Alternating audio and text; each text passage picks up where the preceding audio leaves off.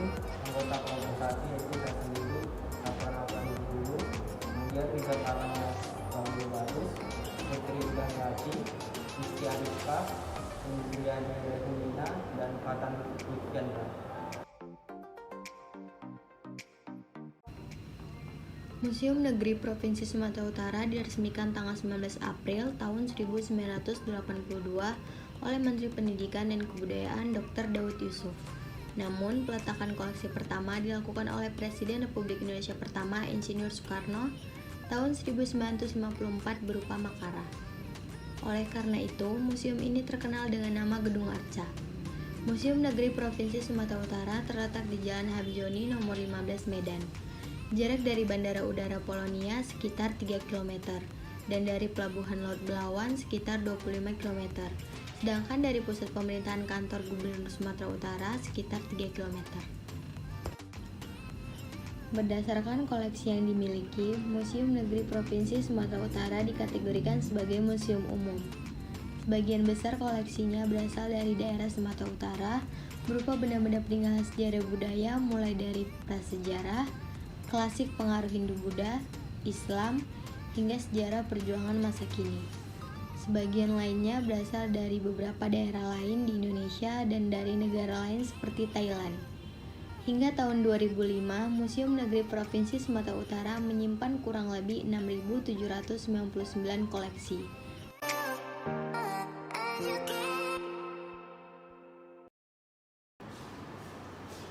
Berikut merupakan penjelasan tentang terbentuknya kepulauan Indonesia.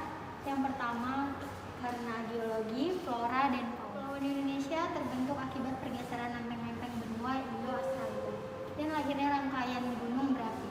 Garis pertemuan lempeng benua ini menyebabkan Aceh, pantai timur Sumatera, pantai selatan Jawa, Nusa Tenggara, dan Laut Banda sampai Maluku menjadi daerah rawan gempa bumi. Pertemuan lempeng lain di bagian utara menyebabkan wilayah utara Sulawesi dan Papua juga turut menjadi daerah rawan gempa. Rangkaian gunung berapi aktif yang bermula di Aceh hingga Nusa Tenggara serta bagian utara Sulawesi dan Maluku juga menjadi penyebab utama gempa bumi. Gempa bumi akibat pergeseran lempeng benua dan letusan gunung berapi ini merupakan faktor utama pembentukan geologi dan geografi Nusa Tenggara. Daerah tropis seperti Indonesia merupakan tempat bermukim yang tepat bagi mereka. Oleh karena itu, tidak mengherankan jika Indonesia, terutama Pulau Jawa, adalah tempat yang terkenal akan situs-situs hominidnya. Temuan fosil-fosil di Jawa mewakili genus Homo yang lebih tua seperti Homo erectus. Sementara itu, pada daerah-daerah lain di luar Pulau Jawa, banyak ditemukan fosil-fosil dalam taksoni yang lebih muda seperti Homo sapiens atau manusia subresis. Evolusi pada manusia purba ditandai oleh perkembangan volume otak yang berhubungan dengan kecerdasan dan tingkat kematian. Homo erectus memiliki volume otak antara 900 sampai 1000 cm.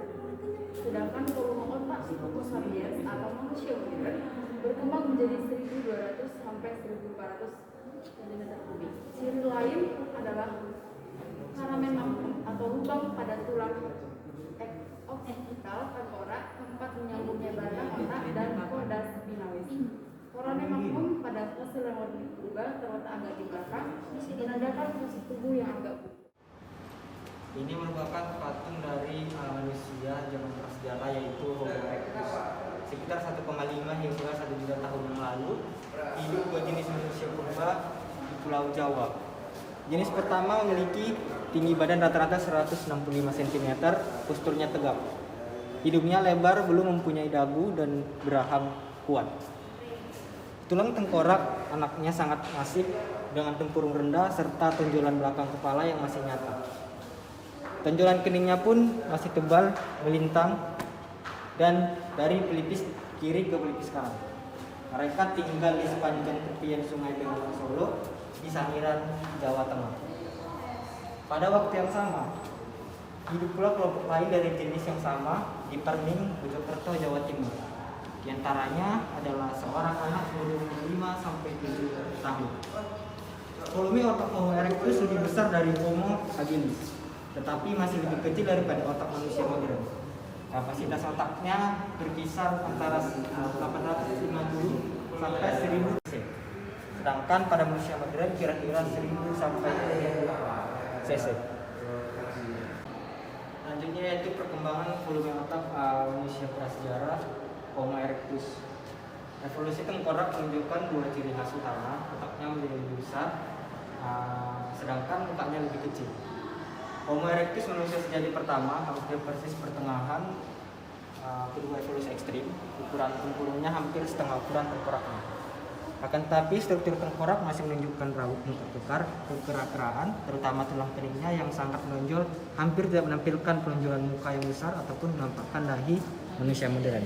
Berikut adalah replika dari otak manusia prasejarah yaitu Homo erectus yang dapat kita lihat seperti ini. Selanjutnya Homo sapiens. Homo sapiens atau manusia cerdas adalah manusia purba yang terbentuk setelah terjadi proses evaluasi selama ribuan tahun. Manusia jenis ini tidak hanya mampu membuat peralatan untuk sehari-hari, tetapi juga telah menggunakan akal dan memiliki sifat seperti manusia modern. Berikut ini adalah replika fosil dari Homo sapiens. Di situ ada replika otak, ada replika wajah, ada replika tengkorak, ada replika rahang, replika fosil Homo sapiens, replika otak Homo sapiens. Selanjutnya mengenai perkakas manusia purba. Dari beberapa tinggalan artefaktual masa prasejarah yang ditemukan di Sumatera Utara, dapat dirujukan ke pembabakan masa prasejarah Indonesia. Bukti keberadaan budaya Paleolitik atau zaman batu tua kurang lebih 2 juta tahun sampai 4000 sebelum Masehi adalah ditemukannya alat batu sederhana dari daerah aliran Sungai Muzoi di Nias. Satu ciri teknis alat batu yang ditemukan di situs tersebut adalah pemangkasannya hanya satu sisi dan tidak ada pengerjaan lebih lanjut untuk membentuk tajamannya. Pada masa ini, taraf kehidupan manusia masih sangat sederhana dan untuk memenuhi kebutuhan akan pangan mereka, melakukan perburuan dan pengumpulan makanan secara sederhana. Berikut adalah beberapa replika perkakas manusia purba. Yang pertama itu ada Sumatralit, yang kedua ada Geliung persegi, yang ketiga ada Bandul Jala, yang keempat Tanduk Rusa, yang kelima Pateris, yang keenam ada Tembikar, yang ketujuh artefak perunggu, yang kedelapan ada kulit kerang, dan yang kesembilan ada manik-manik, dan yang terakhir itu ada gelang batu.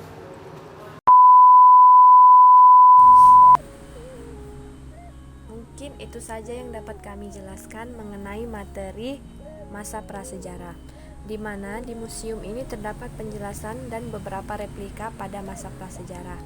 Semoga apa yang kami sampaikan dapat bermanfaat bagi kita semua, terkhusus yang telah menonton video ini. Lebih kurangnya kami mohon maaf dan kami juga mengucapkan terima kasih kepada yang telah menonton sampai akhir. Dan jangan lupa juga untuk like video ini. Terima kasih.